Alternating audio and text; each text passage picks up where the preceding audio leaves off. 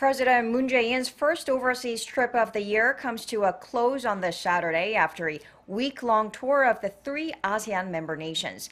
The biggest outcome of the visit is seen to be the strengthening of bilateral and multilateral economic ties. Shin Se-min reports. The South Korean leader took another step forward to carry out promises he made earlier through his stops in 3 of the 10 ASEAN nations this week.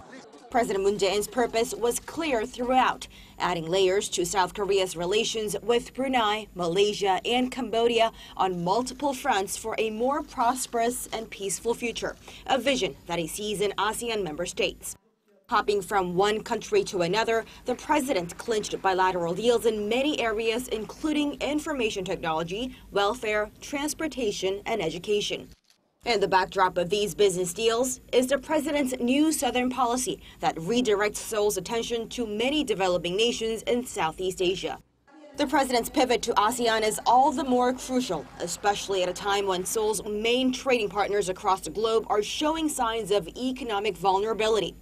The U.S. and China are still locked in a bitter trade dispute, while ties between Seoul and Tokyo have been on thin ice over historical disputes from Japan's colonial past.